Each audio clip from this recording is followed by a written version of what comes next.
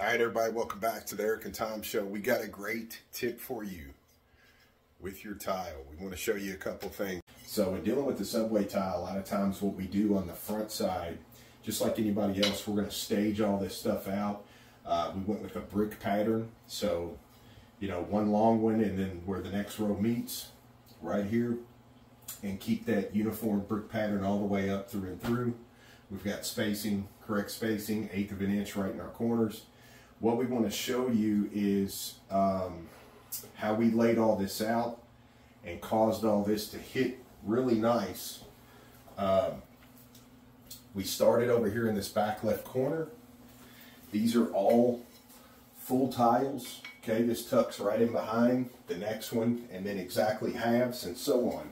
When we got over here, you know, we are at the mercy of how this ends. We really can't control that, but we can control it to a certain degree. And what I want to show you, when we actually set these down here, this mark is sitting here.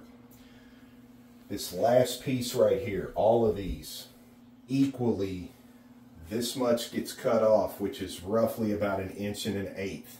Instead of taking that 1 1/8 inches and flipping it here to the side wall to make this tile go and wrap an actual full piece, we took that little guy and done away with him.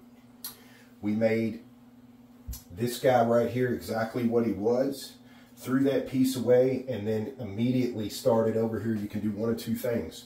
This was so close to being a full piece, as you can see, that we just went ahead with a full piece of tile on the turn side, so that when you're looking over here, you really don't notice that this is a little smaller than this guy. It keeps this little guy, these little slivers, it keeps them from being in play. We really like it a lot better. It makes a much nicer, classier look. You could have done this another way. When we actually cut this guy right here and threw that away, we could have duplicated this exact size, popped him over here in the same breath, but when we finished out this row and came over, we liked the fact that these hit pretty much identically to almost the other side. So it just gave it a really pretty nice look. At the end of this, we did not want to see these little pieces here every other row.